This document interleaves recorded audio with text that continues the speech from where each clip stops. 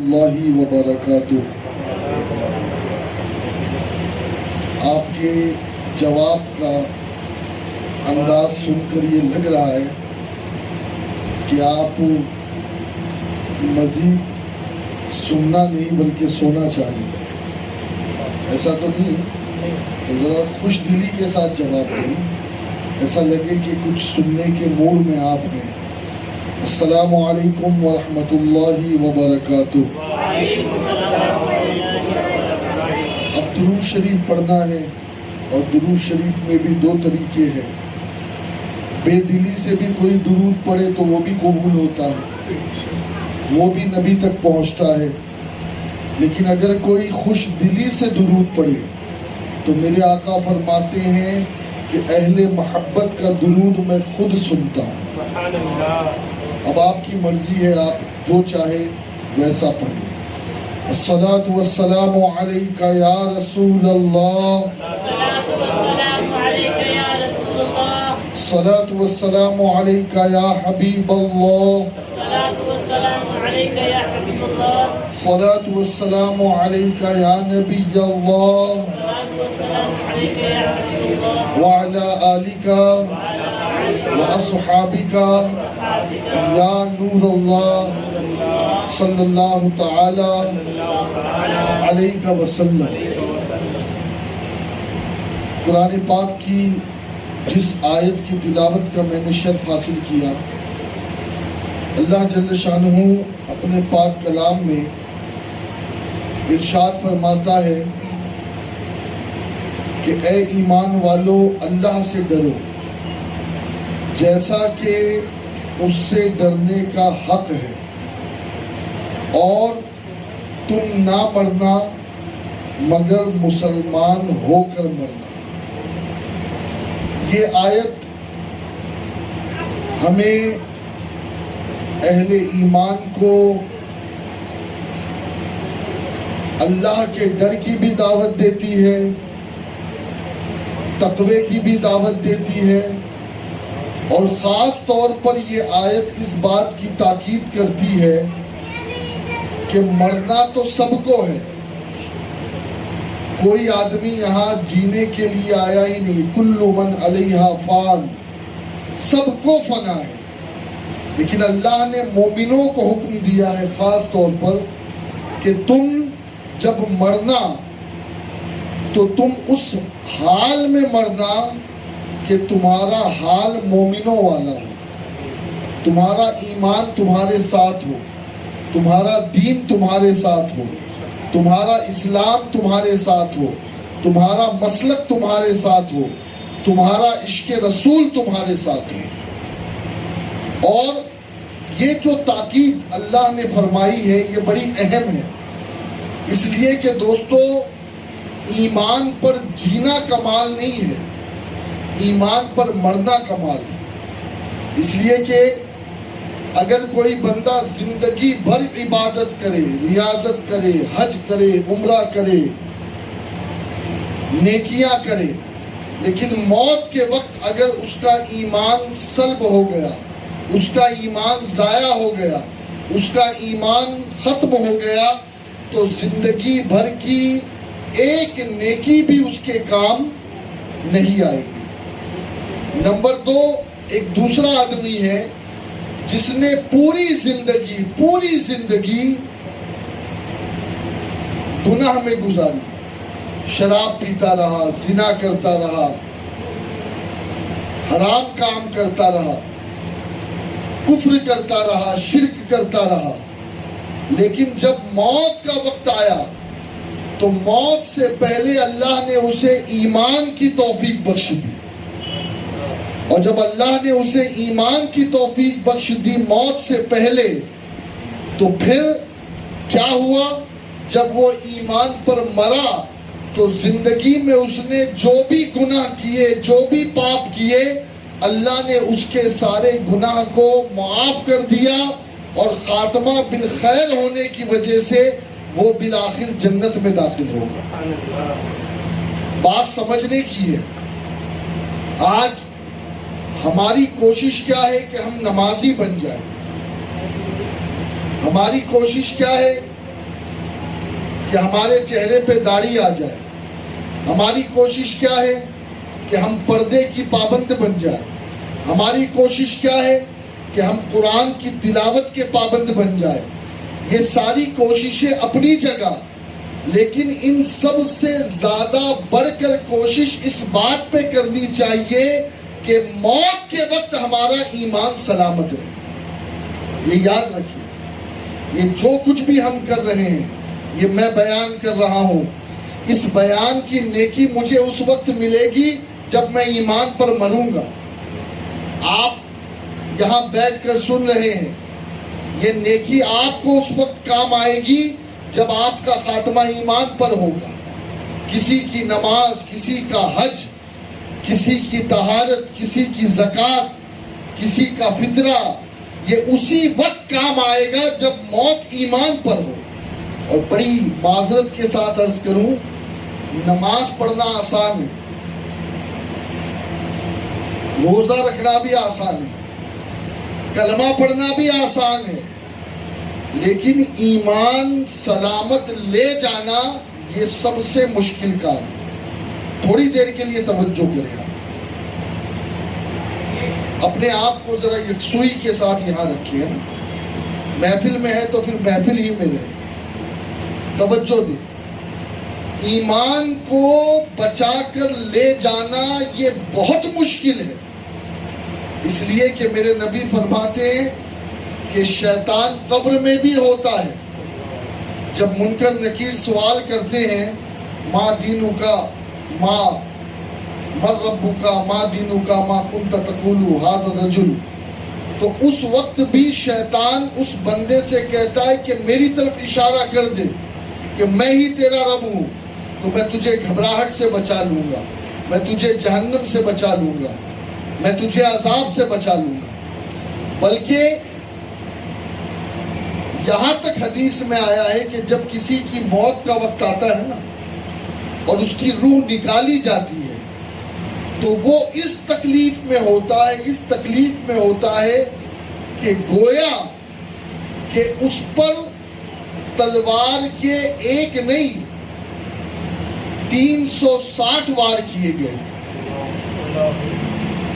تھوڑا سا کبھی اگر پیاز کاٹتے وقت یا آم کاٹتے وقت انگلی کٹ جائے نا تو آدمی کی تکلیف دیکھی نہیں جاتی، لیکن موت کے وقت جو تکلیف ہوتی ہے، بلکہ فرمایا گیا کبھی کبھی تو کسی کو پیاس لگتی ہے موت کے وقت، اور اس پیاس کا عالم یہ ہوتا ہے کہ اگر اسے 7 سمندر کا پانی بھی اس کے منہ میں ڈال دیا جائے تب بھی اس کی پیاس نہیں بجھتی. اور اس موقع پر شیطان کھڑا ہوتا ہے شربت کا اور شہد کا اور دودھ کا پیالہ لے کر اور کہتا ہے بس تو اتنا کہہ دے کہ میں تیرا خدا ہوں، میں تجھے ابھی یہ پیالہ دے دوں گا، تیری پیاس بجھ جائے گی. اور دوستو، اس وقت ایمان اسی کا سلامت ہوگا جس کو رب چاہے گا، جس کے دل میں محبت رسول جاگزی ہوگی اور جس کی نسبت اپنے مرشد سے، ولیوں سے مضبوط ہوگی، تو ایسے موقع پر اس کا ایمان سلامت ہوگا. ورنہ دوستو، بڑے بڑے ولی، بڑے بڑے عابد، بڑے بڑے اللہ والے، بڑے بڑے ریاضت گزار، حج اور عمرہ کرنے والے جب مرے ہیں نا تو ان کا خاتمہ خراب ہوا ہے اور اللہ نے انہیں جہنم میں ڈالا. حدیث میں کئی مثالیں موجود ہیں. بلعام بعورہ یہ وہ شخص ہے جو بنی اسرائیل کا مستجاب الدعوات تھا. وہ جس کے لیے ہاتھ اٹھا دیتا تو جو دعا وہ کرتا اللہ اس کی دعا رد نہیں کرتا. لیکن معلوم ہے جب اسے موت آئی نا تو موت کے وقت وہ ایمان سلامت نہیں رکھ سکے. ایسے ہی بہت ساری مثالیں ہیں کہ جب ان کی موت آئی تو اس وقت وہ ایمان سلامت. اور دیکھیے ایک بات میں آپ سے عرض کروں، آپ کے گھر میں 2 قیمتی چیزیں ہوتی ہیں ہر کسی کے گھر میں. ایک تو عورتوں کے زیورات ہوتے ہیں، نمبر 2 کیش منی. یہ 2 چیزیں آدمی چپل کی جگہ نہیں رکھتا, کپڑوں کی جگہ بھی نہیں رکھتا, بلکہ اس کے لیے خاص تجوریاں بنائی جاتی ہیں. ہوتا ہے نا, یا وہ سامان تجارت جیسے ڈائمنڈ ہو کسی کے پاس بیش قیمت کوئی ہیرا ہو, کوئی ایسا نگینہ ہو جس کی قیمت بہت زیادہ ہے, تو وہ یوں ہی نہیں رکھ دیتا تاک میں, الماری میں. بڑی معافی کے ساتھ ایک چیز عرض کروں, پیسہ روپیہ ہم کیوں چھپاتے ہیں؟ چونکہ ہمیں ڈر ہوتا ہے کہ چوری نہ ہو جائے. دوستو خدا کی قسم, روپیہ پیسہ چوری ہو جائے تو کوئی ٹینشن نہیں ہے, لیکن یہ ایمان کی دولت اگر چوری ہو گئی اور اس کی حفاظت نہ کر پائے تو یاد رکھو دوستو, ہمیشہ کے لیے جہنم میں جلنا پڑے, ہمیشہ کے لیے. بلکہ میں آپ کو کیا بتاؤں, اللہ اکبر کبیرہ, جس نے ایمان کی فکر نہیں کی, ایمان کی حفاظت نہیں کی اور ایمان کی حفاظت کی تدابیر نہ کی, تو ایسے لوگوں کا خاتمہ برا ہی ہوا ہے. آپ سمجھ رہے میری بات؟ بھائی کوئی چیز, جیسے آپ اگر اپنی جسم کو سنبھالے تو پھر آپ بیماریوں سے بچے ہوں, لیکن اگر آپ کھانے پینے میں احتیاط نہ کریں, اپنے جسم کو نہ سنبھالیں, تو کبھی شوگر, کبھی بلڈ پریشر, کبھی وزن بڑھ جاتا ہے, کبھی پیٹ بڑھ جاتا ہے, کبھی کولیسٹرول بڑھ جاتا ہے, کبھی ہیپاٹائٹس کی بیماری ہو جاتی ہے, کبھی انسان کو جو ہے وہ گردے کی بیماری ہو جاتی ہے. کب ہوتا ہے؟ جب آدمی اپنی صحت پہ توجہ نہیں دیتا. جس چیز پر انسان کی توجہ ہوتی ہے وہ چیز محفوظ رہتی ہے. بلا تمثیل ایمان پر موت اسی کو آتی ہے جو زندگی میں ایمان کی قدر کرتا ہے, جو زندگی میں ایمان کی محافظت کرتا ہے, جو زندگی میں ایمان کو سمجھتا ہے. اچھا ایمان کیا چیز ہے؟ یہاں اتنے لوگ بیٹھے ہیں نا, ابھی اگر میں کسی سے کہوں کہ 10 کروڑ روپئے آپ کو دے دیے جائے, آپ عیسائی بن جائے, یہودی بن جائے, ہندو بن جائے, یہ بہت بڑا مجمع نہیں ہے, لیکن اگر میں یہی سوال بڑے مجمع میں بھی کروں نا لاکھوں کے, تو کیا ایک آدمی بھی کھڑا ہوگا؟ وہ کہے گا مولانا یہ تمہارے 10 کروڑ تمہیں مبارک. کیوں؟ کیونکہ ہمارا ایمان 10 کروڑ سے بھی زیادہ قیمتی ہے. بھائی ہے یا نہیں؟ بولو. ہمارا ایمان 10 کروڑ سے زیادہ قیمتی ہے یا نہیں؟ بلکہ 20 کروڑ.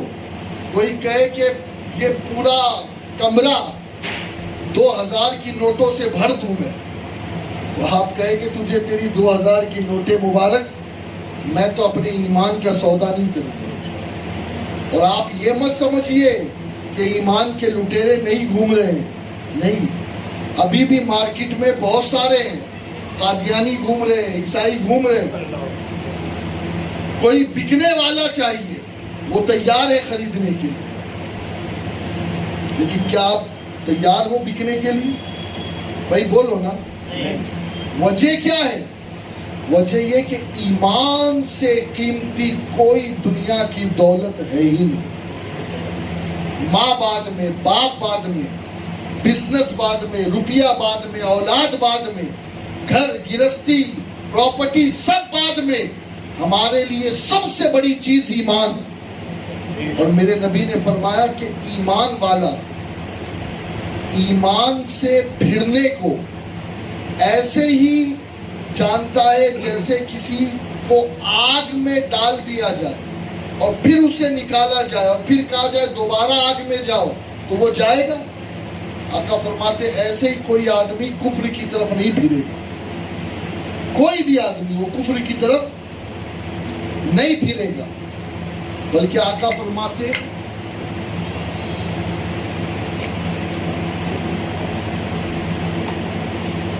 آقا علیہ الصلوۃ والتسلیم فرماتے ہیں کہ ایسا زمانہ بھی آئے گا میری امت پر کہ آدمی صبح مومن ہوگا، شام کو کافر ہو جائے گا، شام کو مومن ہوگا، صبح کافر ہو جائے گا۔ یعنی ایمان بچانا اتنا مشکل ہوگا کہ جس طرح ہتھیلی پہ کوئی انگارہ نہیں رکھ سکتا، ایسے ہی ایمان وہ سلامت نہیں رکھ سکتا۔ لیکن بھائی بڑی معافی کے ساتھ ایک بات عرض کر رہا ہوں، آج ہمیں سب چیز کی فکر ہے، بیوی کی فکر ہے، بچوں کی فکر ہے، بزنس کی فکر ہے، نماز کی فکر ہے، روزے کی فکر ہے، ایمان کی فکر کس کو ہے؟ کتنے لوگوں کے پاس ایمان کی فکر ہے کہ وہ دعا کرے مولا میرا ایمان سلامت رہے۔ آج تو ہماری فکر یہ ہے کہ کسی بھی امام کے پیچھے اللہ اکبر کہہ کے کھڑے ہو جاتے ہیں۔ ارے یہ تو دیکھو کہ وہ امام تو ہے، ایمان والا ہے یا نہیں؟ اس لیے کہ کسی بے ایمان کو اگر آپ نے امام کہہ دیا تو گویا آپ نے اپنے آپ کو بھی بے ایمان کر دیا۔ کسی نبی کے گستاخ کو، کسی نبی کے بے ادب کو آپ نے کہہ دیا کہ یہ میرا امام، پیچھے اس امام کے، تو گویا وہ گستاخ رسول ہے۔ آپ نے یہ کہہ دیا کہ میرا بھی عقیدہ وہی ہے جو عقیدہ اس امام کا ہے۔ آج ہم بہت ارے بڑی عجیب بات ہے یار، آدمی جب باہر جاتا ہے نا، آپ لوگوں میں سے بہت سارے لوگ ہانگ کانگ جاتے ہیں، امریکہ جاتے ہیں، بینکاک جاتے ہیں، کیا کسی بھی ریسٹورینٹ میں جا کر کے کھانا شروع کر دیتے؟ نہیں، وہاں جانے کے بعد تلاش کرتے ہیں یار یہاں کوئی پاکستانی ریسٹورنٹ ہے، کوئی حلال ریسٹورنٹ ہے، بلکہ اگر کسی چائنیز کا حلال ریسٹورنٹ ہو تو ادھر بھی جاتے ہوئے آدمی ڈرتا ہے۔ میں کہتا ہوں ہم کتنے نادان ہیں کہ گوشت کھانے کے لیے تو تحقیق کرتے ہیں، لیکن امام بنانے کے لیے ہم تحقیق نہیں کرتے۔ تو یاد رکھو ایسے بے فکر لوگوں کا ایمان مرتے وقت سلامت نہیں رہے گا۔ بس ایک بات عرض کر کے اپنی گفتگو کو میں ختم کروں۔ ایک بہت بڑے اللہ کے ولی جن کا نام ہے، صرف ولی نہیں ہے بڑے عالم بھی ہے۔ آپ کیا سمجھتے ہو موت پر، ایمان پر مرنا آسان ہے؟ نہیں، اور یاد رکھیے جنت و دوزخ کا دار و مدار ایمان پر مرنے ہی سے۔ ہاں زندگی کیسے بھی گزری ہو، موت کے وقت اگر ایمان سلامت لے گئے تو جنت ملے گی، اور اگر موت کے وقت ایمان سلامت نہ رہا نا، پھر دنیا میں جتنے بھی اچھے کام کیے ہو کچھ نہیں ملنے والا، کچھ نہیں۔ بلکہ ایک بات میں آپ کو بتاؤں، کبھی بھی کسی کا آخری وقت ہو نا، کبھی بھی، تو اس کو یہ مت کہا کرو کہ بھائی کلمہ پڑھ کلمہ پڑھ، اس لیے کہ آخری وقت آدمی جس تکلیف میں ہوتا ہے نا، ایک جھنجھل ہوتی ہے اس کو، ایک ٹینشن، ایک فکر، وہ ایسی مخلوق کو دیکھ رہا ہوتا ہے جو اس نے اس سے پہلے کبھی نہیں دیکھی۔ آپ سمجھ رہے ہیں نا، وہ ایک نئی دنیا میں جا رہا ہے، وہ عجیب و غریب معاملات دیکھ رہا ہے۔ اب آپ اس وقت اس کو کہہ رہے ہو کہ کلمہ پڑھ کلمہ پڑھ، خدا نہ کرے اگر اس وقت وہ جھنجھل میں آ کر کہتے جا میں کلمہ نہیں پڑھتا، اللہ نہ کرے آپ کی وجہ سے کہیں ایسا نہ ہو کہ وہ کلمے کا انکار کر کے مرے اور اس کی موت کفر پر۔ تو اسی لیے علماء نے کہا ہے کہ اگر کسی کا آخری وقت ہو اور آپ اس کے قریب ہو تو آپ بلند آواز سے مل کر کے کلمہ پڑھنا شروع کر دیں، لا الہ الا اللہ محمد رسول اللہ، اشہد ان لا الہ الا اللہ وحدہ لا شریک لہ واشہد ان محمدا عبدہ ورسولہ، آمنت باللہ وملائکتہ وکتبہ ورسله واليوم الآخر والقدر خيره وشره من الله تعالى والبعث بعد الموت اقرار باللسان وتصدیق بالقلب. یہ باتیں، یہ کلمات آپ اس کے سامنے پڑھے تاکہ وہ آپ کے ان کلمات کو سن کر کے اس کی زبان پر بھی کلمہ جاری ہو جائے اور اس کا خاتمہ ایمان پر. بات سمجھ میں آئی؟ ایک بہت بڑے اللہ کے ولی ہے دوستو. بڑے بڑے ولی مستجاب الدعوات، یعنی جو دعا کرتے تھے نا تو بادل آ جاتا تھا، جو دعا کرتے تھے تو پہاڑ ہٹ جاتا تھا اپنی جگہ سے، جو دعا کرتے تھے تو بانجھ کو اولاد ہو جاتی تھی، جو دعا کرتے تھے تو مردہ زندہ ہو جاتا تھا. ایسے لوگ بھی بے ایمان ہو کر مرے ہیں.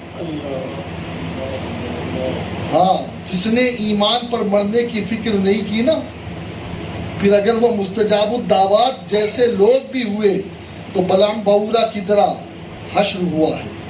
اس لیے دوستو بڑی فکر کرو اپنے ایمان کی. ہاں، نماز سے بھی زیادہ فکر ایمان کی کرو، قرآن کی تلاوت سے بھی زیادہ فکر ایمان کی کرو، اپنے بزنس سے بھی زیادہ فکر ایمان کی کرو، اپنی بیوی سے بھی زیادہ فکر ایمان کی کرو، اپنے بچوں سے بھی زیادہ فکر ایمان کی کرو، اپنی ماں سے بھی زیادہ فکر ایمان کی کرو، اپنے باپ سے بھی زیادہ فکر ایمان کی کرو، اپنے دوستوں سے بھی زیادہ فکر ایمان کی کرو. ہمیشہ سوچو، ہمیشہ دعا کرو، اللہ ہمیں موت ایمان پر دے، اللہ ہمیں موت ایمان پر دے، اللہ ہمیں موت ایمان پر دے. اور کوشش کرے کہ ہمیشہ چلتے پھرتے اٹھتے سوتے جاگتے لا الہ الا اللہ محمد رسول اللہ یہ ہماری عادت بن جائے، ہیبٹ ہو جائے کہ جب بھی ہم اٹھے لا الہ الا اللہ محمد رسول اللہ، بیٹھے لا الہ الا اللہ محمد رسول اللہ، تاکہ یہ عادت ہمیں موت کے وقت بھی کام آئے اور زبان پر یہی کلمات جاری ہو جائے. پتہ ہے آپ کو یہ ہوتا ہے. ایک آدمی تھا، وہ موت کے وقت گالی دے رہا تھا ماں بہن کی. ہاں، موت کے وقت تو بتایا گیا کہ یار یہ اس وقت بھی گالی دے رہا ہے ماں اور بہن کی. تو کہا کہ چونکہ اس کی عادت یہی تھی کہ دنیا میں بھی جب یہ کام کاج کرتا تھا نا تو اپنے کاریگروں کو ماں بہن کی گالیاں دیتا تھا، اپنی بیوی کو گالی دیتا تھا، آپس میں گالیاں دیتا تھا. اللہ اکبر. تو موت کے وقت بھی اس کی زبان پہ گالی ہی ہے. ایک آدمی تھا جو حسیناؤں کا دیوانہ تھا. جب بھی کسی حسینہ پہ نظر پڑ جاتی، واہ کیا حسن ہے. تو کہتے جب وہ مرا نا تو اس کی زبان پہ کلمہ نہیں جاری ہو سکا. وہ اس وقت بھی کہہ رہا تھا واہ کیا حسن ہے، واہ کیا حسن ہے. پوچھا گیا تو کہا یہ زندگی بھر یہی کرتا رہا اس لیے اب بھی حسن ہی یاد آ رہا ہے اسے. تو یاد رکھو دوستو، جو زندگی بھر کرو گے نا، موت کے وقت وہی چیز تمہارے سامنے آئے گی، وہی چیز تمہارے سامنے آئے گی. اب آپ دیکھیں اللہ کے بہت بڑے ولی ہیں، ولی جن کا نام ہے امام فخر الدین رازی، جنہوں نے کئی جلدوں میں قرآن پاک کی تفسیر لکھی اور آج تک امام فخر الدین رازی کی تفسیر سے ہر مفسر فیض حاصل کرتا ہے. بلکہ آپ کو کیا بتاؤں میں کہ صوفیہ کا یہ کہنا ہے کہ اگر ہمارے نزدیک کسی نے صوفیہ کی ترجمانی قرآن کی تفسیر میں کی ہے تو وہ تفسیر کبیر ہے جس کے مصنف امام فخر الدین رازی ہے. بہت بڑے عالم دین، بہت بڑے اللہ والے. اور میں آپ کو کیا بتاؤں کہ اتنے بڑے اللہ والے، اتنے بڑے اللہ والے کہ قرآن کی تفسیر کے ساتھ ساتھ نوافل کے پابند، نمازوں کے پابند، تقوی طہارت کے پابند. اللہ ایک ہے، اللہ کے ایک ہونے پر آپ نے 360 دلیلیں قائم کی تھی. ہاں، اللہ ایک ہے، دو نہیں ہے، ایک ہی ہے. کتنی دلیل؟ 360. اتنے بڑے عالم تھے، لیکن جب ان کی بھی موت کا وقت آیا نا تو یہ شیطان ٹپک گیا. شیطان نے ان کو بھی نہیں چھوڑا بھائی. ہاں میں یہ سوچوں کہ مجھے چھوڑ دے میں تقریر کرتا ہوں, یا آپ یہ سوچ رہے ہو کہ بھائی میں تو پتہ نہیں کہاں کہاں کیا کیا لگا آیا ہوں, میں اتنے دن جماعت میں جا آیا ہوں, مجھے شیطان چھوڑ دے. نہیں, یہ ہو ہی نہیں سکتا, ہو ہی نہیں سکتا. کوئی ملا نہیں بچے گا, کوئی مفتی نہیں بچے گا, کوئی عالم نہیں بچے گا. اور میں کہتا ہوں جب عالم نہیں بچے گا تو آپ اپنی خیر منا لیں کہ آپ کس درجے میں ہیں. سمجھ رہے آپ کس درجے میں ہیں, ذرا خیر منا. امام فخر الدین رازی اللہ نے 7 سال کی عمر میں انہیں ولایت دیتی تھی. ہاں, یا ہمارے بچوں کو تو 7 سال کی عمر میں پیشاب کی تمیز بھی نہیں آتی, اور وہ 7 سال کی عمر میں معرفت الہی کی منزلیں طے کر رہے تھے. آپ کو معلوم ہے, نہ ان کی ماں کو پتا ہے, نہ ان کے باپ کو پتا ہے, نہ ان کے گھر والوں کو پتا ہے. وہ اگر چاند کو دیکھتے نا تو چاند ہی کو دیکھتے رہ جاتے 7 سال کی عمر میں. سورج کو دیکھتے تو سورج ہی کو دیکھتے رہ جاتے. جھاڑ کو, درخت کو دیکھتے تو درخت ہی کو دیکھتے رہ جاتے. عالم تحیر میں گم ہو جاتے.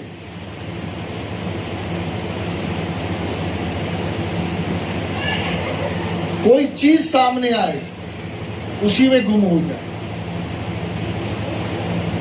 لوگ سمجھے نہیں ان کی منزلیں کیا ہے. عورتیں سامنے آئی, عورتوں کو دیکھتے رہ گئے. اب آپ جانتے ہیں نا, آدمی جیسا ہوتا ہے سامنے والے کو ویسے ہی سمجھتا ہے. جو خود عورتوں کا رسیہ ہوتا ہے نا اس کو پوری دنیا عورتوں کی رسیہ نظر آتی ہے. جو خود زانی ہوتا ہے اس کو دنیا زانی نظر آتی ہے.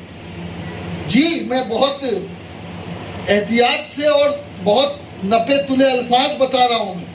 آدمی خود جیسا ہوتا ہے اسے دنیا ویسے ہی نظر آتی ہے, ورنہ دنیا تو بہت اچھی ہے. بھائی ایک صبح کو ایک آدمی مسجد کے لیے جا رہا تھا اور ایک چور چوری کر کے واپس آ رہا تھا. معلوم ہے کیا ہوا؟ چور نے اسے دیکھا اور نمازی نے چور کو دیکھا, تو دونوں کے دل میں کیا بات آئی معلوم ہے؟ چور نے کہا اس ٹائم یہ بھی میری طرح ہی ہے, میری ٹیم کا آدمی ہے, ورنہ اس ٹائم کون جاگتا ہے.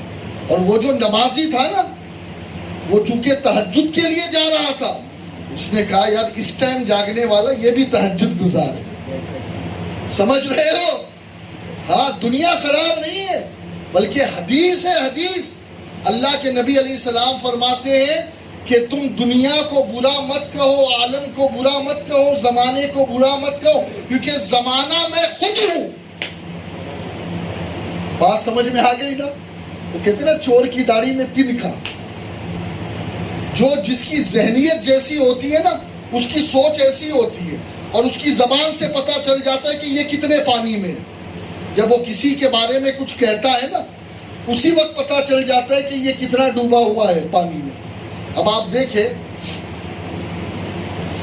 امام فخر الدین رازی عورتوں کو دیکھتے ہیں, اب بچے بالغ بھی نہیں تو عورتوں کو ہی دیکھتے رہ جاتے. سامنے کوئی مرد آتا تو مردوں کو ہی دیکھتے رہ جاتے. اب جو اس قسم کی ذہنیت والے تھے وہ گئے اور ان کے والد سے شکایت کی کہ بھیا جو شوق لوگوں کو جوانی میں چڑھتے ہیں تمہارے بچے کو تو 7 سال میں ہی چڑھ گئے. بولو جب دیکھو وہ عورتیں جو پانی بھی نہیں بھرتی ہوتی ہے تو یہ وہ دیکھتے ہی رہتا ہے عورتوں کو. ابا کو بھی نہیں پتا تھا, کسی نے ماں کو بھی شکایت کر دی یار یہ تمہارے بچے کیسے. اب ماں بھی ڈر گئی, اس لیے کہ سب سے زیادہ ٹینشن کیا ہوتا ہے ماں باپ کو معلوم ہے, اور تکلیف کب ہوتی ہے جب بچے کی شکایت ماں باپ کو کوئی کرے. یاد رکھیں اس سے زیادہ دکھ کبھی نہیں ہوتا ماں باپ کو.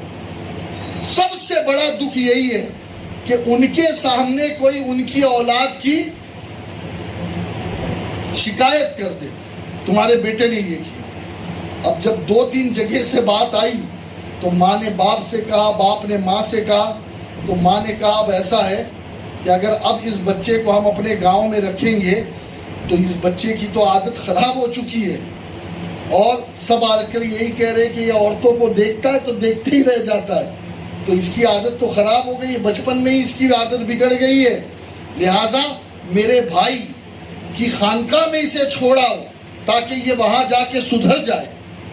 ان کے بھائی تھے پیر پیرا حضرت سیدی و سندی سرکار نجم الحق ملت والدین سیدنا نجم الدین کبریٰ رضی اللہ مولا تبارک و تعالی عنہ وارضاہ عنہ، بہت بڑے اللہ کے ولی، بہت بڑے پیر تھے، خانقاہ میں مجاہدات کروایا کرتے۔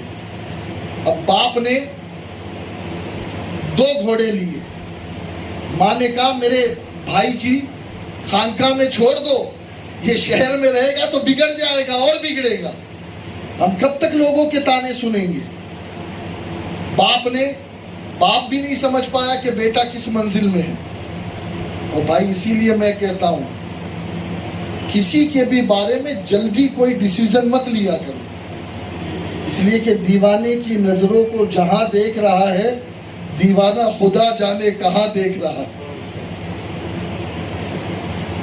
حضرت مخدوم پاک مخدوم اشرف جہانگیر سمنانی رضی اللہ عنہ سے ایک شخص نے مرید ہونے کی ضد پکڑ لی، اور یاد رکھو یہ لوگ ایسے ہی کسی بھی چلتے سڑک چھاپ کو مرید نہیں کرتے تھے، ہاں پہلے اس کو گزارتے تھے عالم سے کہ یہ ہے بھی یا نہیں مرید ہونے کے قابل، پہلے تو آپ اسے منع کرتے رہے لیکن اس نے ضد پکڑ لی، یہاں تک کہ ایک مرتبہ دامن کا حضور میں تو آپ کا مرید ہو کر رہوں گا، تو کہا کچھ دیر بعد دروازہ کھول کر کے میرے کمرے میں آ جانا۔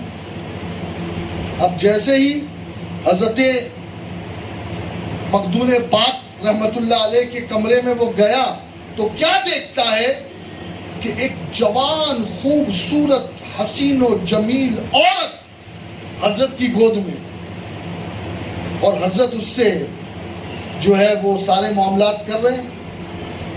وہ آیا، اس نے دیکھا، حضرت نے کہا جاؤ تھوڑی دیر بعد آنا۔ پھر وہ آیا تو عورت غائب، کہا کیوں آئے ہو؟ کہا حضور مرید ہونے۔ کہا اب بھی مرید ہوگا؟ کچھ دیر پہلے تو نے کچھ دیکھا نا؟ کہا دیکھا۔ کہا اب بھی مرید ہوگا؟ کہا ہاں آپ ہی سے مرید ہوں گا۔ آپ نے اسے مرید کیا، آپ نے اسے مرید کیا، کہا سن میں تجھے جانچ رہا تھا کہ تو کتنا پکا ہے، تو کتنا پکا ہے، ایسا تو نہیں کہ پیر میں کوئی چیز ظاہراً دیکھ کر تو اپنے آپ کے ارادے کو بدل لے۔ میں نے اس وقت اللہ سے کہا مولا یہ مرید ہونے آیا ہے، ذرا جنت سے ایک حور کو بھیج دے، جو تو مجھے جنت میں دینے والا ہے نا ان حوروں میں سے ایک حور کو آج بھیج دے، کسی کا امتحان لینا ہے۔ تو میں نے حور منگوا لی تھی، ہاں جو بیوی میری ہے جنت میں ملنے والی، اور پھر اسے میں نے لوٹا دیا۔ تو یہ ہوتا ہے، اسی لیے کبھی کسی کو دیکھ کر بھی کبھی کبھی تمہاری آنکھیں بھی جھوٹی ہو سکتی ہے، ہاں آپ سمجھتے کیا ہو، اور کسی کے بھی بارے میں کبھی بھی بدگمانی مت کرو۔ اب ہوا کیا، امام فخر الدین رازی کو ان کے والد نے لیا اور 2 گھوڑے لائے، دور تھی خانقاہ آپ کی جنگل میں۔ اب امام فخر الدین رازی جب گھوڑا سامنے آیا تو گھوڑے کو ہی دیکھتے رہ گئے۔ ابا نے بڑی مشکل سے گھوڑے پہ بٹھایا اور گھوڑے کی لگام جو ہے نا اپنے گھوڑے کے پیچھے کی۔ اب آپ چلتے رہے، اب جب جنگلات سے گزرے آپ تو دائیں طرف جھاڑوں درختوں کو دیکھتے، بائیں طرف جنگلات کو دیکھتے، دیکھتے دیکھتے دیکھتے دیکھتے یہاں تک کہ جب جنگل میں ایک ایسے مقام پر پہنچے کہ سامنے سے شیر آ رہا تھا۔ اب فخر الدین رازی کس منزل میں ہے یہ کسی کو نہیں پتا. ان کے والد گھبرا کر کے شیر سے گھوڑے سے کودے اور درخت کے پیچھے جا کر چھپ گئے, اپنے بیٹے کو بھی نہیں بچا پائے, ابھی چیر پھاڑ دے گا. وہ دونوں گھوڑے کانپنے لگے. فخر الدین رازی نے جب دیکھا کہ یہ گھوڑا کانپ رہا ہے تو گھوڑے سے اتر گئے اور شیر کو دیکھتے ہی رہ گئے. شیر کو دیکھ رہے, شیر انہیں دیکھ رہا ہے, وہ شیر کو دیکھ رہے ہیں. عالم تحیر میں, عالم تحیر میں منزلیں طے کر رہے ہیں. شیر پر نظر ہے آپ کی, فخر الدین رازی کی. اب باپ اندر ہی اندر تڑپ رہا ہے, میں آواز دوں تو بیٹے کو کیسے دوں, کیوں میں اپنے بیٹے کو لے آیا, اس سے اچھا تو وہی تھا کہ وہ گاؤں میں وہی کام کرتا رہتا. یہ میں نے کیا کیا, اپنے بیٹے کو میں خودکشی کرنے لے آیا, اپنے بیٹے کو میں نے اور میں کتنا بدنصیب باپ ہوں کہ میں اپنی آنکھوں سے اپنے بیٹے کی موت دیکھوں گا. وہ ڈر کے آگے نہیں آئے, لیکن کیا ہوا, فخر الدین رازی اس شیر کو دیکھ رہے ہیں, دیکھ رہے ہیں, دیکھ رہے ہیں. وہ شیر آگے بڑھا اور آگے بڑھا اور آگے بڑھا. جب بالکل قریب آیا, گھوڑے تو کانپ رہے تھے لیکن فخر الدین رازی کو کچھ حرکت نہیں, کوئی پیر میں کپ کپی نہیں, کوئی ٹینشن نہیں, کوئی فکر نہیں. اب جب وہ شیر قریب آیا اور ایک دم قریب آیا, باپ نے سوچا کہ اب گیا میرا بیٹا, یہ بھاگتا بھی نہیں اور میں جا کر اسے بچا بھی نہیں سکتا, ورنہ مجھے بھی شیر پھاڑ دے گا. اس نے دیکھا, ان کے والد نے, فخر الدین رازی کے والد نے دیکھا کہ شیر آیا اور شیر نے امام رازی جو 7 سال کے بچے تھے ان کے قدموں کو چوما, قدموں کو چوما اور واپس دم ہلاتا ہوا چلا گیا. اب جب وہ چلا گیا تو والد صاحب آئے باہر, فخر الدین آپ کھوئے ہوئے, منزلیں طے کر رہے. پھر اور زور سے کہا, فخر الدین, ابا لبیک حاضر ہوں. بیٹا کہاں کھو گئے تھے, تم نے شیر نہیں دیکھا؟ کہا دیکھا. پھر تم بھاگے کیوں نہیں؟ کہا ابا وہ شیر کتنا خوبصورت تھا, ابا وہ شیر کتنا خوبصورت تھا, ابا وہ شیر. ارے بیٹا تو پاگل ہو گیا, ابا میں تو یہی سوچ رہا تھا کہ یہ شیر اتنا خوبصورت ہے, اتنا حسین ہے, تو اس شیر کو بنانے والا میرا رب کتنا حسین ہوگا. اے ہے, اس شیر کو بنانے والا میرا رب کتنا حسین ہوگا. دیوانے کی نظروں کو جہاں دیکھ رہا ہے, دیوانہ خدا جانے کہاں دیکھ رہا ہے. اس وقت ابا کے بھی سمجھ میں آیا کہ ہم کچھ اور سمجھ رہے تھے, یہ فخر الدین کسی اور منزل پر ہے. تو دوستو, اتنی بڑی منزل پر 7 برس میں پہنچنے والا, ہم میں تو یہ ہو سکتا ہے 1-2 بچے 7 سال کے ہو, ورنہ اب تو کچھ 60 سال پہ جانے والے ہیں, کچھ 40 اور کچھ 30 اور کچھ 25. لیکن یاد رکھو, وہ فخر الدین رازی, ان کا جب موت کا وقت آیا تو شیطان دھمک گیا. شیطان نے کہا بہت بڑا عالم بنتا ہے, بہت بڑا عالم بنتا ہے. ملا, اس وقت ملا ایک ڈگری تھی. ہاں, ہر کسی کو ملا نہیں, آج کل تو چڑھانے کے لیے ملا بولتے.